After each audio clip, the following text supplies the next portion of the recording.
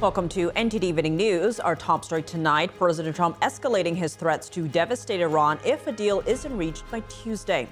And the president's briefing on the historic search and rescue mission that brought two American airmen home, Mariotsu at the White House. U.S. forces continuing strikes on Iran just a day ahead of the deadline for President Trump's ultimatum to the regime. At the same time, Israeli forces strike Iran's largest petrochemical plant. Jason Perry has the latest war update. While Congress is out of town, a 7-week DHS shutdown continues. Once they return, lawmakers will face funding battles for ICE and the military operations in Iran. Chris Bob with the latest. The Artemis II having its most eventful day today, breaking a spaceflight record. Its crew traveling farther from Earth than any human has before. Jason Blair reports.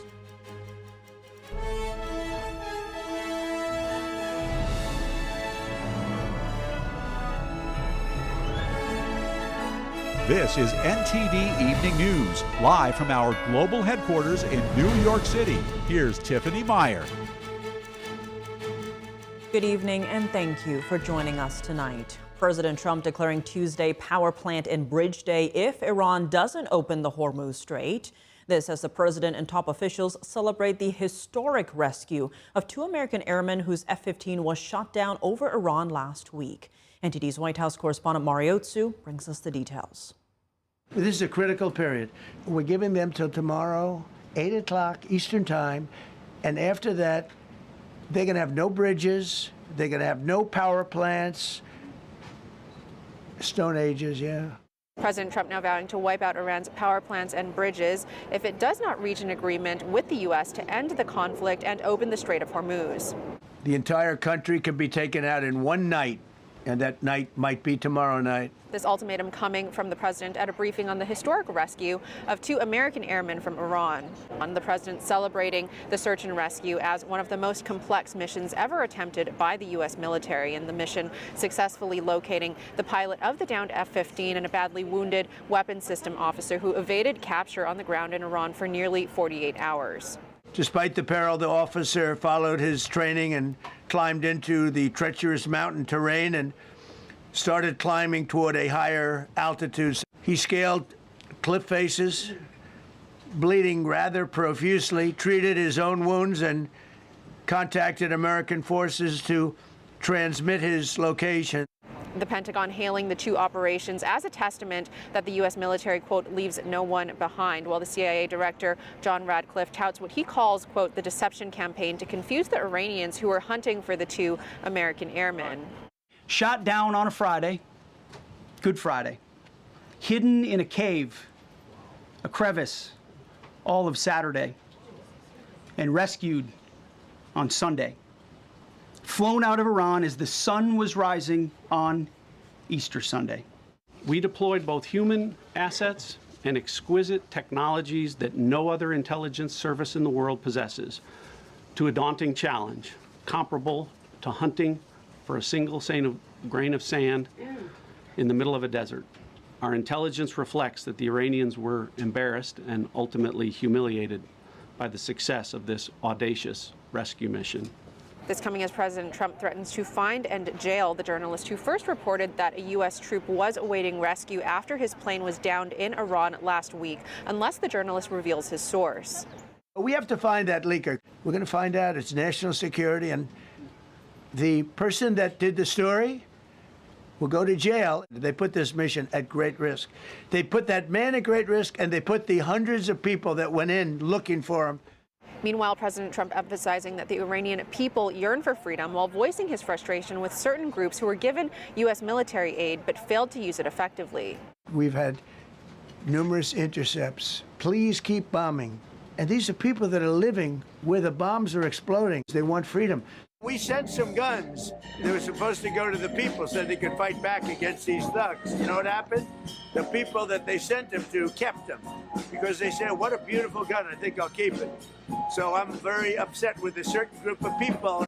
And just a couple of days ahead of a meeting with NATO Secretary General Mark Rutte here at the White House, President Trump is doubling down on calling out NATO countries as well as several other countries today, including South Korea, Japan, and Australia, for not helping U.S. forces in Operation Epic Fury. Reporting from the White House, Mariotsu, NTD News.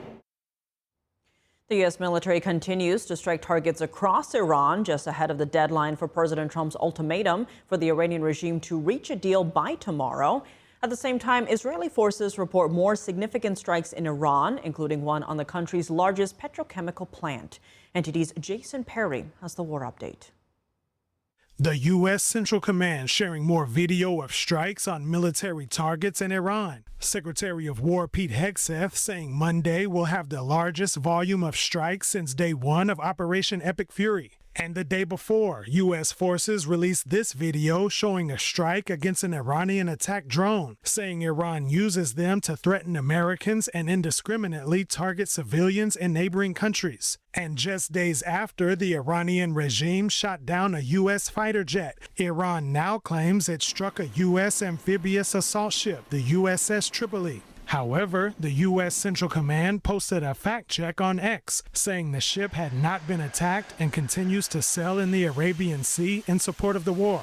And at the same time, Israeli forces report another wave of airstrikes on Iran. And over the weekend, black smoke was seen rising from Iran's largest petrochemical plant. Israel's defense minister Israel Katz on Monday saying that was the second petrochemical plant hit in Iran in 2 weeks. Currently, both facilities, which together account for around 85% of Iran's petrochemical exports, are out of service and non-operational. This represents a severe economic blow to the Iranian regime, amounting to tens of billions of dollars. Katz said he warned Iran that if they continue to target civilians in Israel, then Israel will strike and destroy Iranian national infrastructure. Israeli forces also reported strikes on Iranian aircraft and helicopters at 3 airports across Tehran, and a strike on the head of the intelligence organization of Iran's Islamic Revolutionary Guard Corps. But Iran continues to strike back. On Monday, an Iranian missile hitting this residential building in northern Israel, killing 4 people. A local resident saying it could have been worse. You know, it was very loud, but we didn't feel the velocity. So we figured it fell, but it didn't blow. And we were right. The missile, the 1-ton missile is still there, not blown.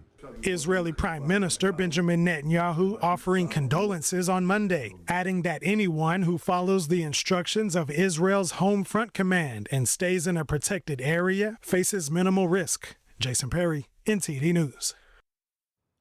Congress is out of Washington for a second week. When lawmakers return, they'll face key decisions on funding for immigration agencies, ongoing military operations in Iran, and the Save America Act. NTD's Chris Bob has the story. The budget reconciliation bill is a narrow bill that would fund ICE and CBP well into the future, so that this isn't something that, while President Trump is in office, we have to deal with again. Senate Majority Leader John Thune last Thursday outlining the Republican plan to end the partial shutdown of the Department of Homeland Security, now in its 7th week. Congress is out of Washington for a second week, but when lawmakers return, they'll take up funding for key immigration agencies, the ongoing efforts in Iran, and the Save America Act. We're talking about doing the future through reconciliation. Reconciliation allows the Senate to pass budget-related legislation with a simple majority, bypassing the filibuster. Republican leaders say they want a focused bill, locking in long-term funding for immigration and customs enforcement and customs and border protection, rather than reopening the broader DHS funding fight. But that strategy could run into resistance from within the party, as some House Republicans are pushing to expand the bill to include election integrity measures from the Save America Act and funding tied to ongoing military operations in Iran. Over the weekend, U.S. Special Operations Forces carried out a high-risk mission inside Iran, rescuing 2 American airmen using air and ground forces. House Democratic leader Hakeem Jeffries taking to X to post, thankful that the 2nd Air Force officer whose fighter jet was shot down in Iran has been heroically rescued by U.S. Special Operations. What a blessing on Easter Sunday morning. May God continue to watch over our troops. Senator Katie Britt also praised the operation, posting, "Let's be clear. The rescue of 2 of our brave servicemen overseas was nothing short of remarkable and could not be executed by any other nation in the world. God bless America.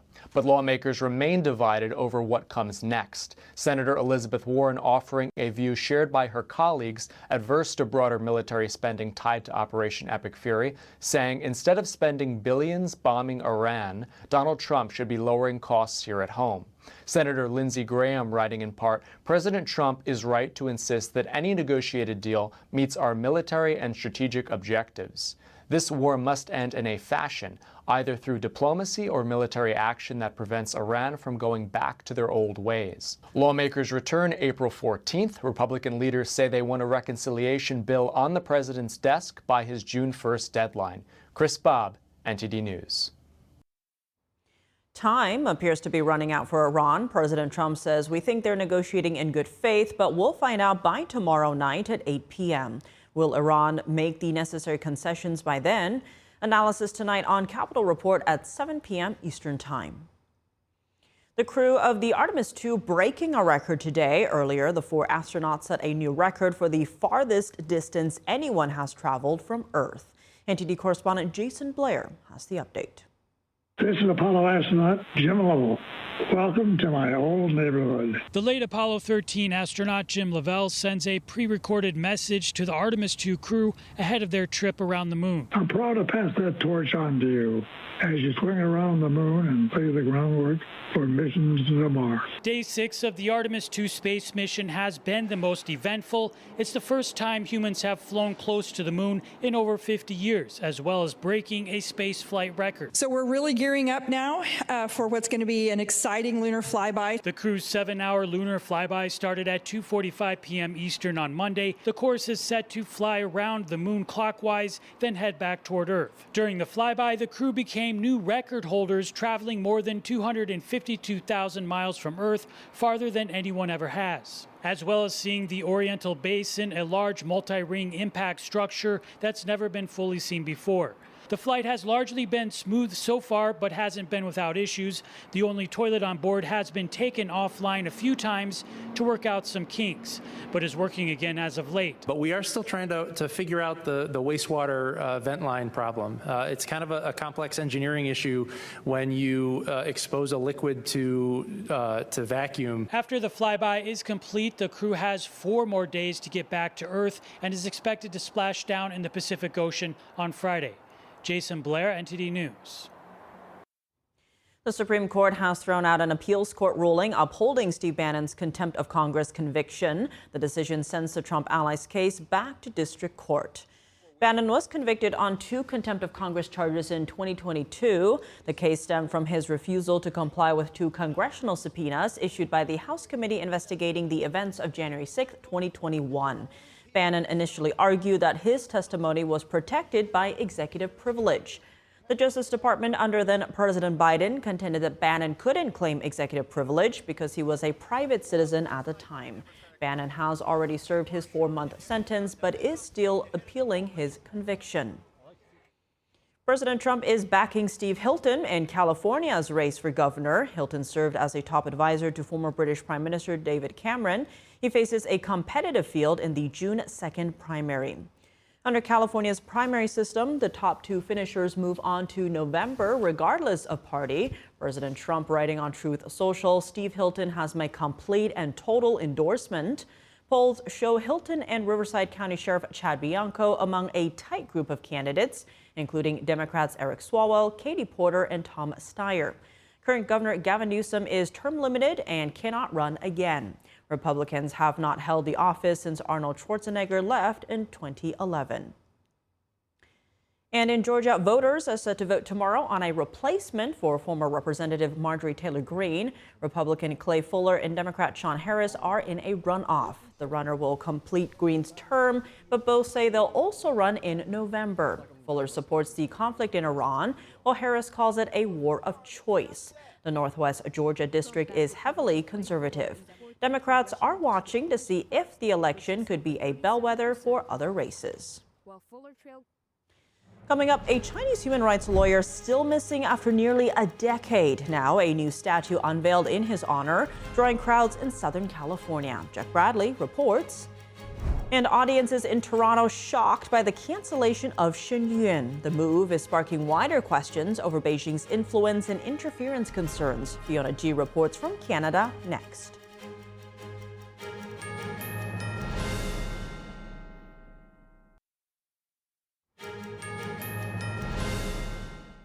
Welcome back. I'm Tiffany Meyer. Nearly a decade has gone by, and a renowned Chinese human rights lawyer is still missing. Hundreds of people from around the country gathering in Southern California over the weekend to attend the unveiling of a new statue made in his honor. NTD's Jack Bradley has more. California's Mojave Desert may not be the first place you look for art or activism for human rights, but there lies Liberty Sculpture Park, welcoming its newest addition to its collection. Every sculpture represents human rights and freedom. Gao Zhisheng, a human rights lawyer who disappeared in China nearly 10 years ago, honored here at Liberty Sculpture Park in Southern California. Hundreds of people from around the country coming to see the unveiling of a new statue of Gao Zhisheng. The sculptor names it Gazing at the Starry Sky. Because the star is the early way we connected together, because we don't know where is him. He dedicated his life to serving those who were oppressed, especially those oppressed for their religious views, whether they're Christian, Falun Gong, regardless of which, if they were persecuted by the Chinese Communist Party, he stood up for them. Gao Zhisheng, a prominent human rights lawyer, has been nominated 3 times for the Nobel Peace Prize. He was last seen in August 2017 and has not been heard from since. His whereabouts remain unknown. His wife, Gung He, now in the U.S. with their children, worries her husband may have been murdered by members of the Chinese Communist Party. Gao, once named one of the top 10 lawyers in China in early 2001 by the Chinese Ministry of Justice, the Chinese regime then turned against him when he began to defend vulnerable groups in China, often at no cost. Groups like Falun Gong practitioners, a spiritual group that practices truthfulness, compassion, and tolerance, and is heavily persecuted by the CCP. He even sent open letters to the CCP General Secretary and Premier back in 2005, asking authorities to stop the torture and persecution of Falun Gong believers. In China, even normal people speak out for the truth will have a bigger danger for their lives. But if you trying to protect those who are telling the truth, help Falun Gong, help those who are treated unfairly, you will definitely bear more risk. Since 2006, the CCP arrested and sentenced Gao to prison multiple times, where he suffered intense torture, including with electric shock. When they arrested Gao Zhisheng and beat him, and they tortured him so much. The sculpture garden where his statue resides sits among several works of art meant to shine a light on the atrocities of the Chinese regime. The artist should tell everyone truth.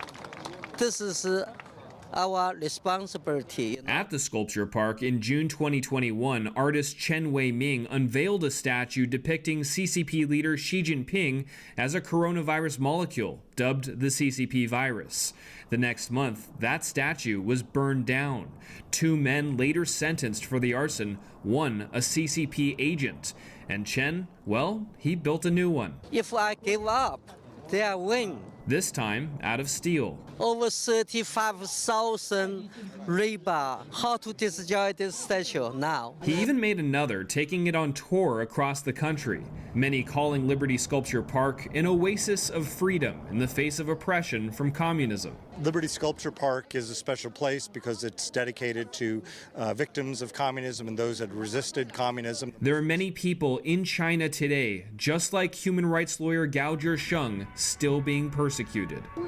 Although Gao Zhisheng is missing, his courage to fight for human rights in the face of tyranny from the Chinese Communist Party lives on. In Uramo, California, I'm Jack Bradley, NTD News. Over now to Toronto, where theatergoers last week were shocked to learn that Shenyun Performing Arts, a New York-based traditional Chinese dance company, had their shows canceled in the city. This came as a surprise to many, and it's raising concerns over how the Chinese Communist Party is interfering with artistic freedom even outside China. NTD's Fiona G reports. In the heart of Toronto, 6 scheduled shows of Shenyun Performing Arts all canceled over fake bomb threats that were sent to the Four Seasons Center for the Performing Arts. Outside the theater, I spoke with audience members. Some had received tickets to the show as birthday presents. Others had driven hours from up north just to come to the city to see Shenyun. All of them completely disappointed by the cancellations and utterly shocked by the attempts to silence a peaceful performing arts company. I was very excited to come and see the show at the theater and then I just find out that it's canceled. I'm very heartbroken because I know it's a beautiful show. We were supposed to come see the show today and it was canceled. We saw it on the news last night that it was canceled. We were very upset because we were very much looking forward to it. The Four Seasons Center for the Performing Arts, home to the Canadian Opera Company, chose to cancel Shenyun's performances even though police already determined the threats to be unfounded. The local presenter for the performances saying this is not the first time Shenyun has received such threats, but it is the first time a performance has been canceled. We believe these threats are part of a broader campaign by the Chinese Communist Party to silence Shenyun, a performance that showcases China before communism and highlights ongoing human rights abuses in China today. The incident has sparked discussions in Canada and internationally. Currently, media outlets including Toronto's CP24 news channel, CTV News, the National Post, the Toronto Sun, and the Toronto Star across television, print, and online platforms have all reported on and exposed this case of transnational repression. Canadian members of Parliament also voicing their concern, calling the decision by the theatre to cancel the shows disheartening. Well, I think it's very unfortunate. I was able to watch the show in Hamilton with my family, and it was a great show. And Member of Parliament James Bazan posting on X, quote, "I condemn the bomb threat that forced the evacuation and cancellation of this week's Shenyun performances at the Four Seasons Center for the Performing Arts in Toronto. These acts are completely unacceptable." Member of Parliament Garnet Jennis also weighing in on X, writing, quote, "Canada must stand for free artistic expression. The shows must go on." Shenyun Performing Arts tours globally every year. The company says its mission is to revive the traditional, divinely inspired culture of China and share it with the world. Over the past 2 years, Shenyun has been the target of over 150 bomb threats at theaters worldwide. Investigators have found these threats to be hoaxes linked to the Chinese Communist Party, and none have resulted in any actual danger. Canadian audience members and politicians alike say this is a concerning infringement of freedoms on Canadian soil. I've heard a lot about supposedly these Chinese police stations, Chinese government overwatch. It's what foreign governments do to democracies to undermine them. It's very sad that the Chinese Communist Party is doing this to its own culture. Very upsetting. But fear is the worst way of trying to control people. I think it's not right in any situation. It should be an investigation to know exactly who is doing these threats and who is behind all of that. I've lived in Toronto for 43 years. I come to a lot of shows. This has never happened. I don't understand why the Chinese Communist Party has so much power in Toronto, Canada. This needs to change. To think that arm of Beijing could reach into Canada to disrupt entertainment events, that's very concerning. Member of Parliament Judy Scrow writing on X that there is no place for foreign interference or intimidation in Canada and calling for malign actors to be held accountable. Despite the disappointment of arriving to an empty theater and canceled show, theatergoers still cheered on Shenyun performers and say they look forward to seeing the company return to Toronto. We continue to admire them, not the communism. My heart is with you guys. I know you guys are doing an amazing effort to be your best and to show beautiful performance. Don't give up. I would say come back, try your best, keep going, do not give up hope. It's a good fight. China has a great long culture. I'm sorry the show is cancelled, but you know what? It will come again and I will see it again and I will still enjoy it. In the face of transnational repression, Shenyun's artists are standing strong for their faith and for their art. And audience members in Toronto are standing right alongside them. Reporting from Toronto, Fiona G, NTD News. Shenyun is performing now until May 10th in New York, New Jersey, Connecticut, and Pennsylvania. You can get Shenyun tickets at shenyun.com, and to waive your ticketing fees, use the code VIP 2026. NTD is a proud media sponsor of Shenyun. Coming up, in a daring operation this weekend, American troops successfully rescuing an injured airman stranded deep in enemy territory. President Trump today celebrating what he calls one of the largest, most complex, and most harrowing combat searches ever.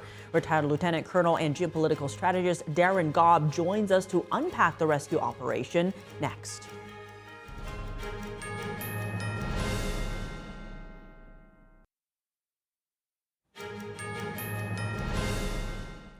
Welcome back. I'm Tiffany Meyer. President Trump today celebrating what he calls one of the largest, most complex, and most harrowing combat searches ever. Joining us now is retired Lieutenant Colonel Darin Gobb. He's a geopolitical strategist who served as a Black Hawk helicopter pilot and battalion commander in the U.S. Army. Colonel, always great to have you on. I want to start us off with some of what the president said about rescuing the American jet crew shot down in Iran. Let's listen to part of that now. And I ordered the U.S. Armed Forces to do whatever was necessary to bring our brave warriors back home. A risky decision, because we could have ended up with 100 dead as opposed to 1 or 2. It's a hard decision to make. But in the United States military, we leave no American behind. And your reaction to the president's action? A couple words stick out there, of course, and one of those is risky.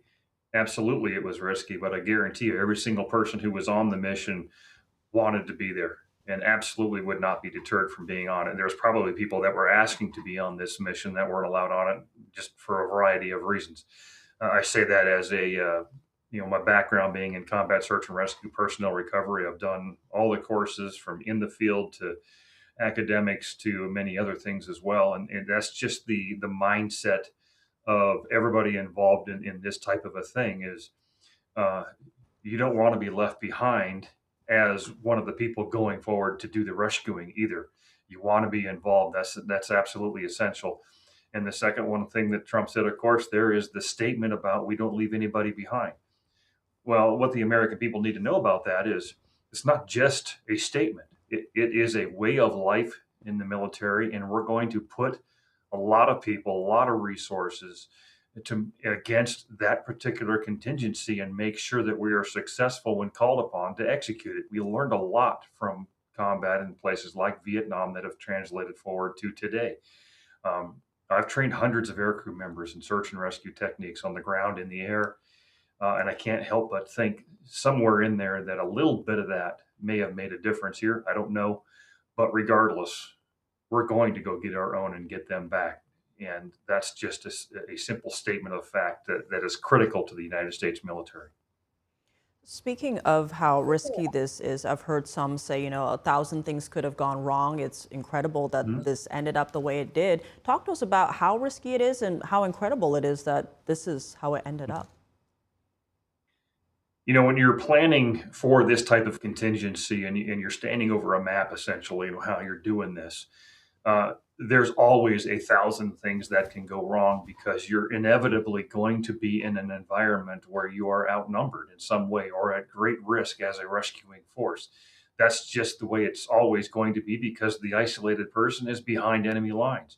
So if you think about this from a choreography for one of the most complicated dances in the world, you've got things coming to bear from satellites in space to high flying fixed wing to, other fixed wing at different altitudes and drones, helicopters, people, and other agencies like the CIA, as everybody knows, and there's defense intelligence and other things as well that are all lined up against this. And what you're doing is you're putting all of these assets in a relatively small amount of space, layering them like a wedding cake, and making sure they all communicate together. They all function together for the very discrete purpose of getting a couple helicopters or maybe one onto a very specific grid coordinate to pick up one person in this case. 1,000 things can always go wrong, but you can't, and you mitigate that the best you can, but you can't stop simply because something might go wrong. That's against our ethic. And here's actually the president first speaking about what the jet pilot went through and then the weapons systems officer. Let's watch part of that now. The officer followed his training and climbed into the treacherous mountain terrain and started climbing toward a higher altitude, something they were trained to do in order to evade capture. He scaled cliff faces, bleeding rather profusely, treated his own wounds, and contacted American forces to transmit his location. The heroic F-15 weapons system officer had evaded capture on the ground in Iran for almost 48 hours. That's a long time when you're in tough shape and when you're bleeding. Now, it sounds like they endured something many people would find terrifying. Colonel, I know you've trained air crews on how to survive attacks, and you yourself have been caught in an aerial ambush. Now, we heard about the physical challenges these airmen face, but could you talk to us about what it takes to mentally overcome a situation like this? That's actually the number one thing you have to account for if you get isolated in a combat zone, and is the mindset of survival. It's your number one weapon, is the ability to have the trust, the faith and the confidence in your training in yourself, and the desire to live through whatever you're going through, and knowing that your peers are going to come out and get you. So it's the trust in your peers. It's the faith in the system that does actually work. And hopefully a faith in God who is overseeing everything in the first place. But those two things together are absolutely critical. And then, of course, what I tell people is what you need is three things to be successful as an evader and survivor: the mindset, a working and functioning radio, and the trust and the faith that you will be recovered. And one thing I like to tell people is that trust and faith is critical, because that not only affects the person evading and to be recovered. When everybody in the military sees what we just did, they know that they're joining a military that will come and get them too, no matter who they are. It doesn't matter whether you're a pilot, special operations, or something else. We get our own people back no matter what. And that affects the entire military. And it actually, if you don't do this in an all-volunteer military, I suspect someday you're not going to have much of a military. On that note, Secretary of War Pete Hegseth gave a powerful message about the airmen rescued over the weekend. Let's actually go to a clip of that now. When he was finally able to activate his emergency transponder, his first message was simple and it was powerful. He sent a message: God is good. In that moment of isolation and danger, his faith and fighting spirit shone through. You see, shot down on a Friday, Good Friday, hidden in a cave, a crevice, all of Saturday, and rescued on Sunday. Flown out of Iran as the sun was rising on Easter Sunday. A pilot reborn, all home and accounted for, a nation rejoicing. God is good. And Colonel, your thoughts and final thoughts? Well, when he says that, I'm going to follow up with all the time. God is good all the time. That mindset, the faith, the trust, the skills, the training, all of it comes together. And I guess the most important thing that American people need to know is that phrase about "we leave no one behind" is something that we live by, and we will exhaust all resources to make sure that we bring everybody home. And we're actually still trying to do that for those we've lost in Korea and Vietnam and other conflicts as well. So this doesn't end. The Department of Defense has an office specifically to try to get people home, and we will always do that. Well, Colonel Darin Gobb, as always, thank you so much for joining us. Thanks, Tiffany. As yourself. We are now less than 3 minutes away. View from the Orion spacecraft. You can see the Orion itself, the Earth, and the Moon in this one picture. And in just moments, the crew of the Artemis 2 mission will head behind the far side of the Moon. At approximately 6:47 p.m. Eastern Time, the crew is expected to lose contact with mission control for roughly 40 minutes, and the Orion will reach the closest point to the Moon at around 7:02 p.m. Now, earlier this afternoon, the Artemis II crew officially broke the all-time human distance record from Earth set by Apollo 13 in 1970.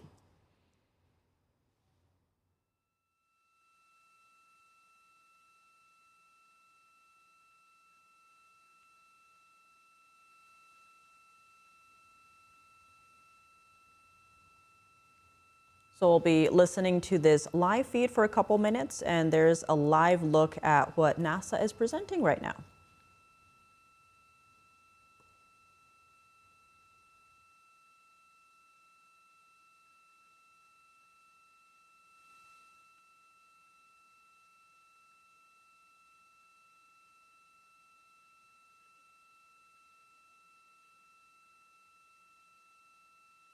Just about a minute and a half now until we lose communication with the astronauts aboard Orion on the Artemis II mission. Now, 5 days and 6 minutes since their launch on April 1st. Again, we'll be out of communication for about 40 minutes. And this really beautiful view of a crescent moon and a crescent Earth. How great thou art.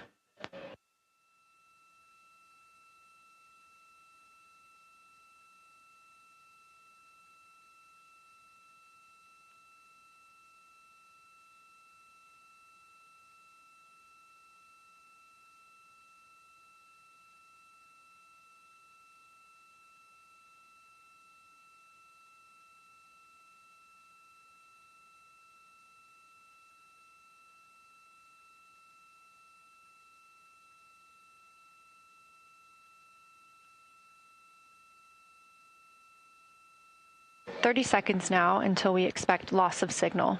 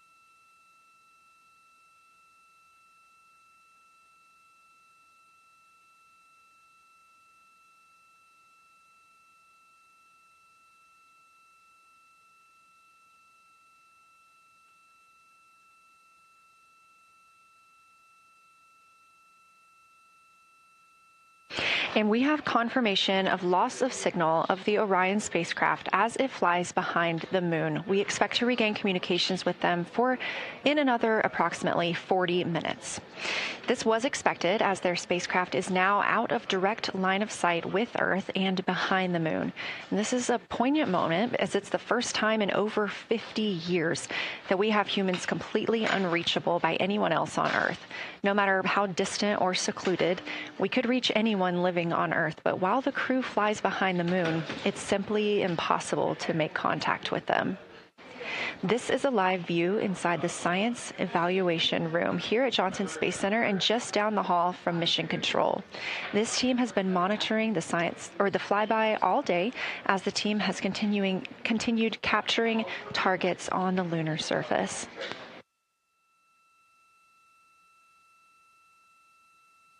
We even got to see this team in action as they were helping the astronauts identify some of the features they were seeing on the moon but not expecting. There will be a couple of milestones during this loss of signal. The first will be when the astronauts make their closest approach of the moon at MET 5 days, 25 minutes, and 34 seconds, when we expect they'll be 4,067 statute miles above the lunar surface. Their maximum Earth altitude will be reached just 2 minutes later at 5 days, 27 minutes, and 39 seconds, when their altitude should be approximately 252,756 statute miles. Once those milestones are reached and we have confirmation, we will report the official numbers.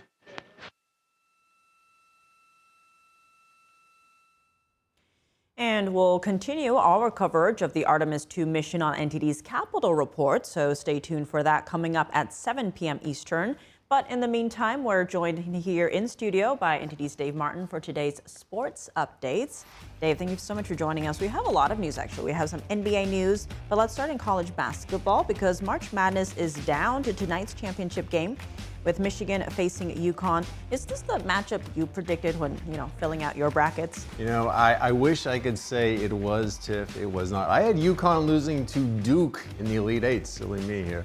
It was a very close game, though. Duke nearly beat them. But I did have Michigan getting this far, but I did not have them winning tonight. Now, what UConn head coach Dan Hurley has done, though, is pretty incredible already.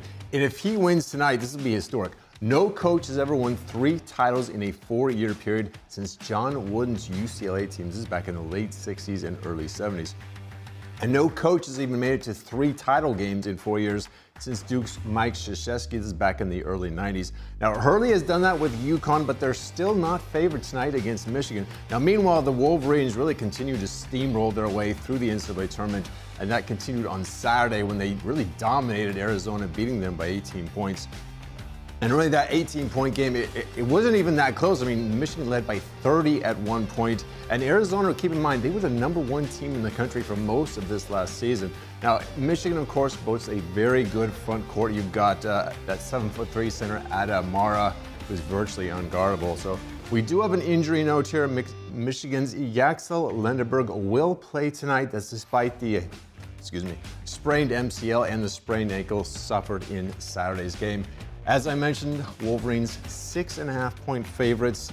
Game starts at 8:50 Eastern time, so I'm looking forward to this game, Tiff. I assume you are too, right? For 7'3". 7'3". You remember you were sending me that picture of that guy from Florida who's 7'9", so he's looking up still at that guy, but 7'3". Yeah, I'm looking up at that guy too. So he's actually somewhat agile. He can pass the ball, and of course, no one's blocking his shot, and pretty much, I think you get out of his way when he's coming down the lane. So, 7'3". Yeah, you heard me right. All right, lot to watch for. Elsewhere in the game, though, the North Carolina Tar Heels will reportedly hire former NBA coach Michael Malone as their new head coach. Yeah, this is according to ESPN. Now, here, Malone spent 12 years in the NBA as the head coach. 2 with Sacramento, 10 with Denver. He led the Nuggets to the 2023 NBA title and 7 straight playoff appearances. He was fired roughly a year ago by the Nuggets. He's been an NBA analyst ever since. Now, he does have a little bit of experience in college basketball. He was an assistant coach for Manhattan, Providence, and Oakland, but that was all in the mid-90s and early 2000s. North Carolina, meanwhile, this is the blue blood program. They have the 3rd most wins all time, only trailing Kentucky and Kansas. Now, they fired their head coach Hubert Davis 2 weeks ago after his team blew a 19-point lead in the first round to Virginia Commonwealth. The school has not confirmed the hiring yet. All right, yet. So I'm out on a little bit of a limb here. I'm pretty confident it's happening though. Speaking of yet, we're still trying to fix the screen behind you. I hope they enjoy looking at me here. Seems it's not just NASA and Artemis II having issues with tech.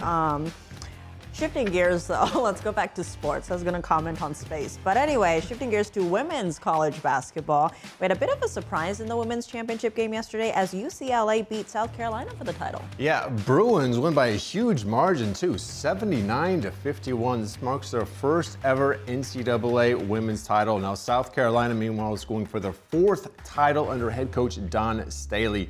Staley afterward, meanwhile, praised UCLA and their head coach for the great win. I think most of us thought after South Carolina really slayed the Giant on Friday when they beat UConn, which was a big favorite to win the whole title here. I think we all thought that they would go ahead and take care of business on Sunday. Again, there we go, there's a picture, against UCLA. But really, UCLA's inside presence, their defense were really too much to handle, so congrats to the Bruins. Now, also, I've got some more professional women's basketball news. This is WNBA. 2-time All-Star Angel Reese was traded from the Chicago Sky to the Atlanta Dream for a pair of future first-round draft picks.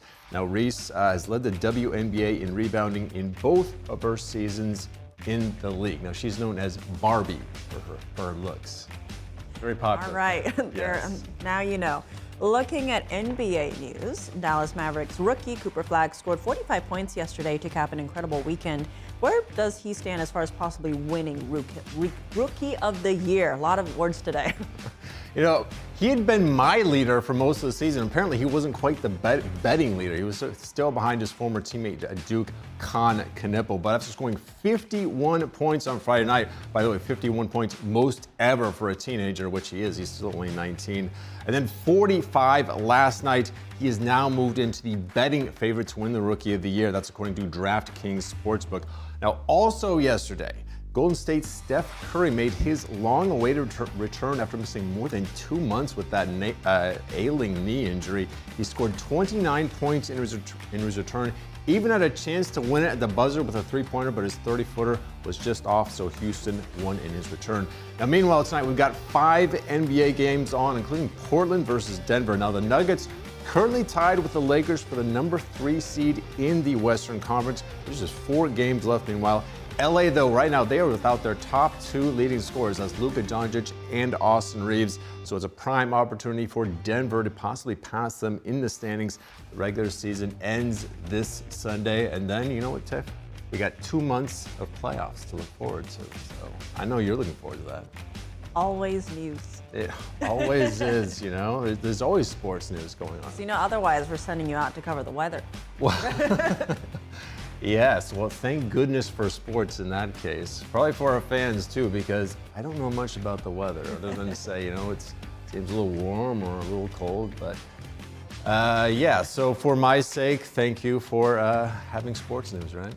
I was going to say, I think there's one town, I forgot the name, but they have a giant rock. It's the Weather Rock. So it's like if it's wet, it's raining. If it's gone, that's when you should panic. Oh, okay. Well, otherwise, other than that, we've got, Punxsutawney Phil that we can look to. But that's only, once a year that we can get anything from the, what kind of animal is that anyway? The, whatever Groundhog. That. Groundhog. Thank you. There's See, I shouldn't be doing weather. I don't even know that what his drops a taxidermied possum.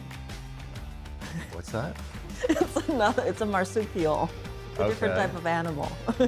Well, I just learned something today here, Tiff. Obviously, I would not be surviving as a reporter if I was called on to do the weather. Maybe if it's snowing outside, that could be kind of fun for a couple of times. You do that, you're outside saying, look at all the snow behind me and everything like that. Those are always fun to do, but, or maybe in the extreme weather, maybe it's a flood or something like that. That can be kind of fun to go to. But if it's just kind of nice outside, I don't know that I'm really the person for that. Well, we are glad that you get to cover sports. I'm glad to, Tiff. All right, well, Dave, as always, thanks for joining us. Thank you, Tiff. And that's all for today's news. For round-the-clock coverage, visit us at ntd.com/live or download our NTD app. Thanks for tuning in. I'm Tiffany Meyer. Good night.